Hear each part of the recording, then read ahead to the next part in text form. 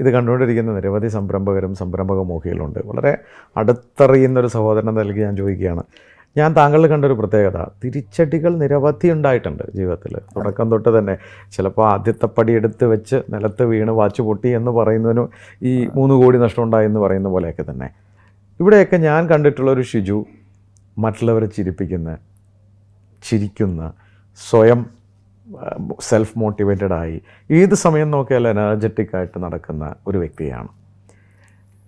എങ്ങനെയാണ് ഇത്രയും പോസിറ്റിവിറ്റി സ്വയം ഉണ്ടാക്കാൻ സാധിക്കുന്നത്, മറ്റുള്ളവരിലേക്ക് അത് പകർന്നു കൊടുക്കാൻ സാധിക്കുന്നത്?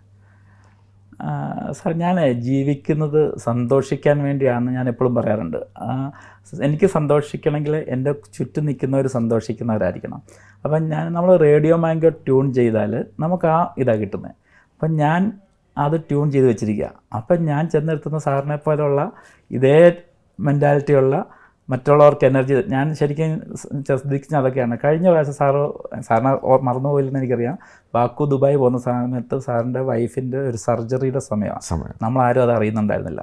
സാറ് ഞങ്ങളെ സന്തോഷിപ്പിക്കുകയല്ല, ഞങ്ങൾക്ക് ചാർജ് ചെയ്ത് തരുന്ന അതേ ഈ വർഷമാണ് സാറിന് കാലിന് നീരാണ്, പക്ഷേ സാർ ഏറ്റവും കൂടുതൽ സമയം നിന്നുകൊണ്ടാണ് സംസാരിച്ചത്. ഇതൊക്കെ നമ്മൾ കണ്ടിരിക്കുക. അപ്പം ഞാൻ എൻ്റെ മൈൻഡ് എനിക്ക് സന്തോഷിക്കണം, എനിക്ക് മറ്റുള്ളവരെ സന്തോഷിപ്പിക്കണം, ഞാൻ ട്യൂൺ ചെയ്ത് വെച്ചേക്കുന്നതുകൊണ്ട് ഞാൻ ചെന്നെത്തുന്നതൊക്കെ അങ്ങനെയുള്ള ആൾക്കാരിലേക്കാണ്. അപ്പോൾ ശരിക്കും എൻ്റെ ഇതല്ല, എൻ്റെ കൂടെ നിൽക്കുന്നവരൊക്കെ അങ്ങനെ ആയതുകൊണ്ടാണ് എനിക്കും അങ്ങനെ ആകാൻ പറ്റുന്നതെന്നാണ് ഞാൻ ചിന്തിക്കുന്നത്.